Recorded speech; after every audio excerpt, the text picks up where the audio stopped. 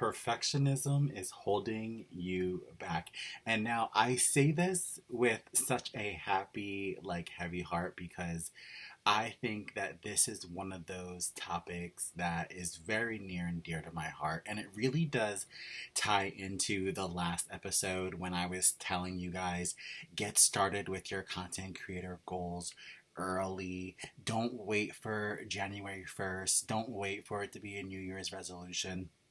I like to call that time period before New Year's the trial of resolutions, where I go ahead and take all my goals and everything I want to do and everything I want to become, and I practice being that person in the last couple of weeks of December so that when January 1st comes, it's not a huge surprise to me of, oh my gosh, these new resolutions, how am I going to be this person? Like, no, it's not a huge surprise because I've been practicing.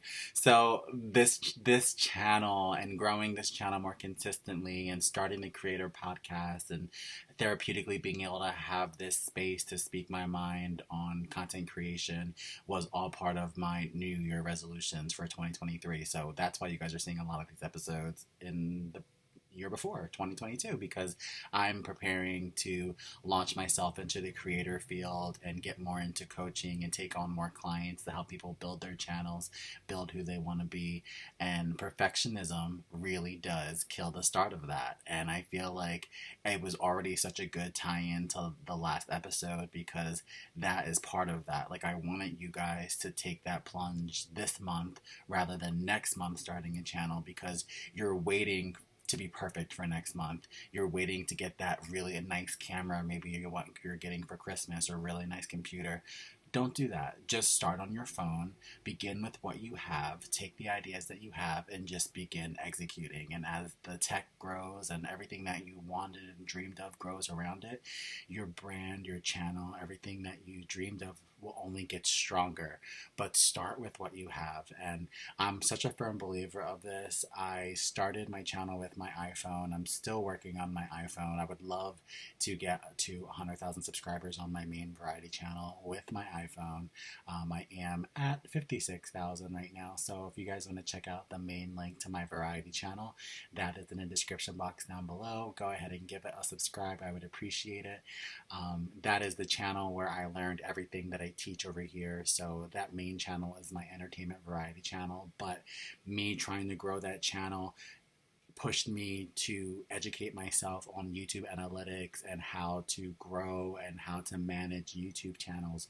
So because I put so much information into my brain trying to grow that main channel, it left me with so much YouTube talk, which is why I need my content coaching channel as well as my Creator Chat podcast. So I'm so grateful for anyone who's listening or watching and just being part of this journey. And I'm so glad I can share my story with you on that topic of perfectionism is literally killing everything. And from a broader perspective, don't even look at it as just starting your channel or starting being a content creator. Think about absolutely everything. Like, if there's someone you want to date and you're nervous that they might not like you and you're waiting for yourself to be more perfect, maybe to lose more weight or have better clothes, screw that. Love and trueness comes from the heart. Anyway, if that person is meant for you, they will like who you are from the inside. And as your clothes change and as your life changes with that person, you will know if it's meant to be. So there's so many aspects of life that you can tie in. Perfectionism is hurting you because you're sitting here waiting for things to be a certain way, but you might be overshadowing the beauty of what you are right now. So I just think that's so important, and it's so special to my story because I've said in like, especially I went over this kind of in the first episode where I was going over my whole creator lifestyle story of how I got started and everything. But I was someone who grew up as an entertainer and grew up on stage, and so many people, in the birth of the YouTube years, noticed that personalities like me were on YouTube, were making a living on YouTube, or creating videos on YouTube, and then later on other avenues of social media. And people would tell me like, oh, you should be a creator, you should be a YouTuber, you should do these vlogs, you should do this. And at that time I would kind of give it an eye roll, thinking like, that's for those people. Like, those people are great, those people are talented. It's not for me. Like, I'm talented and I'm great, but not enough to be on the platform that they're on, creating videos and vlogs that people care about. Like, I never thought that I was good enough for that. And it wasn't until I hit that confidence boost and finally realized, like, I do have a story to tell, I am good enough. That's what took me to the next level, and that's what made me do it. And because I hit that confidence growth spurt, all the tech and all the things that I was wanting to be perfect really stopped to matter, because what was so perfect was my confidence, and what was so perfect were my topics and what the information I had in my mind to release creatively through a variety channel. Those things were special to me. And the same thing with my second channel, like the ideas and topics that I want to talk about creator lifestyle, were so strong.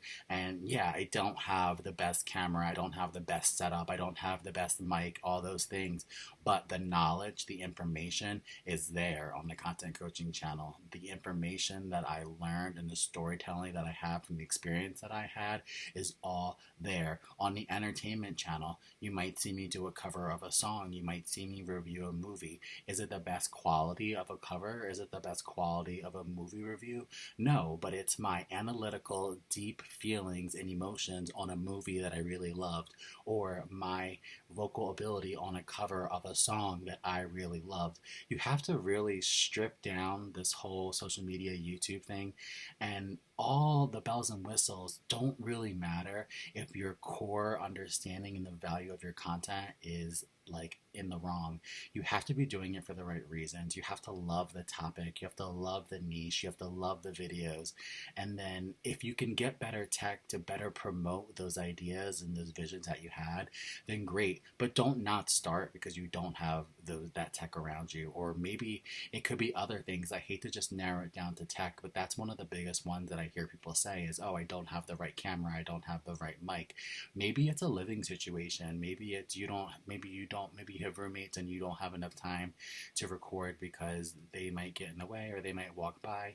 There are ways to get around that. Find an area, find a certain time of the night or the day, even if it's 1 hour where maybe everyone isn't there and you're able to record something. Even if your window of opportunity is super, super small, take it. And that's a really good example right there, because say that was your situation where you had a bunch of roommates, you wanted to start a YouTube channel, you wanted to do all these things on the camera, on the mic, but there were constantly people in your house and moving around you and making noise. I bet you, even with 3 or 4 roommates, and this is kind of a situation that I've gone through personally, which is why it's a great analogy, because I have a lot more time than this, but even if you could find 1 hour of the day or night where you could find a silent time to record that podcast episode or record that YouTube video or record that